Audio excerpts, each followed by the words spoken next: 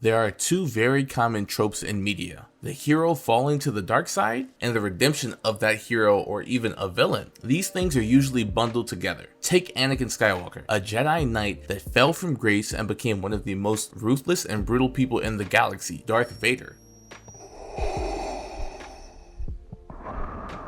His redemption came through an act of self-sacrifice for his son and by proxy, the universe. This completed his redemption arc. Truthfully, a lot of redemption arcs are lazy. They have very little build up and happen through a single act of self-sacrifice. That's not to say that they are bad, but it just makes me appreciate the slower and more thoughtful redemption arcs. And to clarify, I understand that Darth Vader had build-up in the comics, but I'm specifically talking about the movies. In another example, we see Saul Goodman's fall from grace. He tries his hardest to be a straight shooter. It doesn't work out, but even in his aiding and abetting of criminals, we still see glimmers of a better person, the person he wants to be. When finally faced with his comeuppance, he had beat the system. For all his crimes, he was only facing 7 years in prison.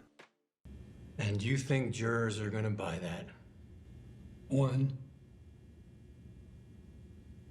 All I need is one.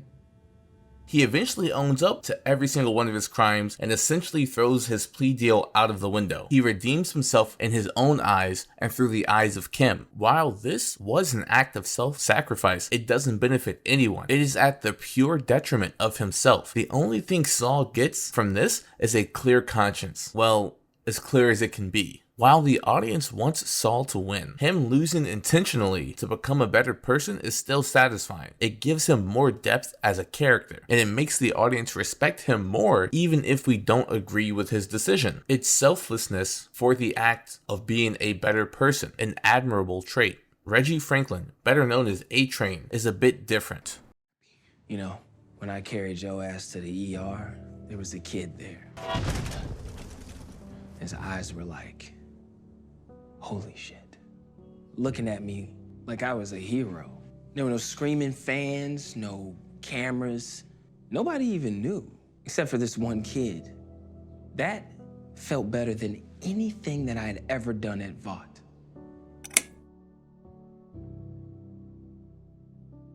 A-Train is a bit different. He is one of the villains. In his first scene, he accidentally kills Huey's girlfriend, then later jokes about it, then later murders his own girlfriend. He commits horrible acts to protect both himself and other terrible people. By most accounts, he is irredeemable. How can a selfish, money-motivated murderer be redeemed? Through a continued theme, regret, and good writing and a good performance by the actor, but mostly that continued theme. A-Train regrets a lot of the things he had to do or feels like he had to do. His brother pushes him to make a difference, to try to make the difference he claims to want. A-Train even agrees, though he is not fully committed to the idea. His brother ends up getting paralyzed because of the event he organized, and in his pursuit of justice, he is shut down by most of the people at Vought, just as he was attempting to set up the event in the first place. I believe it's in this moment that his character shifts. He understands what other people have been through because of the actions of himself and the people he protects. From that point forward, we see aspects of a better person in him. It starts with disdain for the people he works with, then slowly evolves into hesitation to commit terrible actions,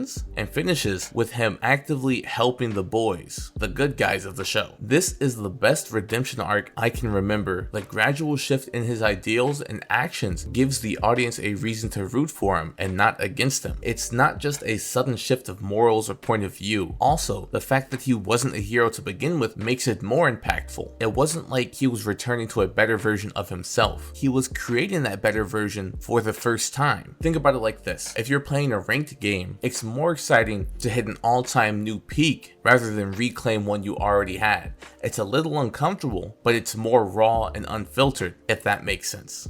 And I will give credit where credit is due. Even though I believe The Boys Season 4 was extremely lackluster, and that's being extremely generous, I do think that they handled A-Train's redemption arc perfectly. I was initially worried that he was receiving all of this screen time and character development because they were about to kill him off, because that commonly happens. The idea is that you redeem a character right before they die, so their death has a greater impact on the viewer. I think that this tension also made the redemption arc that much better. I wanted to see more of A-Train, but I understood that the more I saw of him, the more likely he would be to die. I'm sure there's a paradox for that, I just can't think of it right now. It's a mixture of this tension and character development that makes this redemption arc so perfect. The stakes are insanely high. It's easy to join the good guys when they are winning, but it takes a certain amount of character to risk life and limb for those who hate you when it would be easier to help get rid of those same people. I just hope for the love of God they don't kill him in season 5, which is supposed to be the final season. But I do think that he'll come back in the last couple of episodes, sacrificing himself to save Starlight, thus repaying his debt to Huey completely and making his family proud, closing out his character arc perfectly. As much as I don't want that to happen, I do think it would be the perfect conclusion to his character.